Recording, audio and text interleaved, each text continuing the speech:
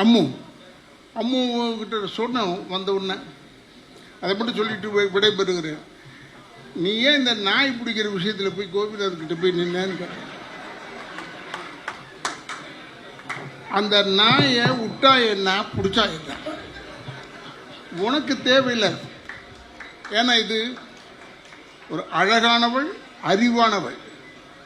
அதற்காக சொல்றேன். எனக்கு ரொம்ப நெருக்கமாக இருக்கிறதுனால தான் நான் சொன்னேன். ஏன்னா நாய் நன்றி உள்ள மிருகம். அதே நேரத்தில் அதை வந்து சரியாக கவனிப்பு இல்லைன்னா இன்னைக்கு நம்மளை விடலாம் ஹீரோ யாருன்னா நாய்ங்க தான்.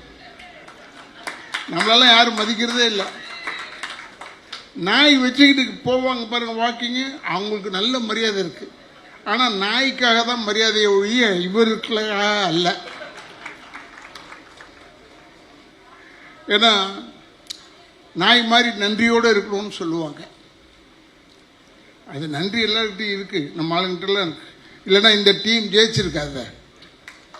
நன்றி இருக்கிறதுனால தானே ஜெயிச்சிருக்கு. ஏன் சொல்றேன்னா ஒரு டாக்டர் சொல்றார், நாய் கடிச்சு மட்டும் ரேபிஸ் வர்றதில்லைங்க, பூனை எச்சப்பட்டா கூட ரேபிஸ் வரும்னு. அப்போ நான் என்ன சொன்னேன், மொத்தமாக காலத்துக்கு மேலேயே வச்சுக்கிட்ட வேண்டியது தான், வேறு எதுலேயும் வர முடியாது. ஏன்னா இந்த பக்கம் போனால் பூனை இருக்குது, இந்த பக்கம் வந்தால் நாய் இருக்குது, என்ன செய்யறதுன்னு கேட்டேன். இல்லை நாய்கிட்ட நம்ம இன்ஜெக்ஷன்லாம் போட்டு கரெக்டாக இருக்கணும். எந்த நாயே இன்ஜெக்ஷன் போட முடியும் இந்த தெருவில்? எத்தனை நாய்க்கு போடுறது?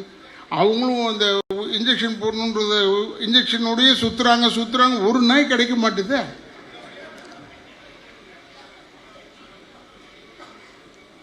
நாய் என்னும் போது எதுக்காக சொல்கிறேன்னா, நாய் ரொம்ப நன்றி உள்ள ஒரு மிருகம். அதை இந்த அளவுக்கு பெரிய ஹீரோயின் ஆக்கிட்டாங்க. ஒன்றும் வருத்தமாக இருக்கு. ஏன்னா இப்போ கூட நான் முடிச்சுட்டு ஏன் சீக்கிரம் போகிறேன்னு சொன்னால், ரொம்ப லேட் ஆச்சுன்னா ஏதாவது நாய்ங்க பசி வேகத்தில் வந்து நம்மளை பார்த்து, ஏன்னா அன்பாக இருக்க போகிறோம், அதுக்கு தெரியாது எம்ஆர்ஆதா பிள்ளையா வர நடிகை சங்க தலைவரா, அதெல்லாம் தெரியாது. வாயை வச்சிருச்சுன்னா ஒம்புன்னு. அப்போ டாக்டர் சொல்கிறார், எச்சப்பட்டா கூட வந்துடும் சொல்லிட்டார்.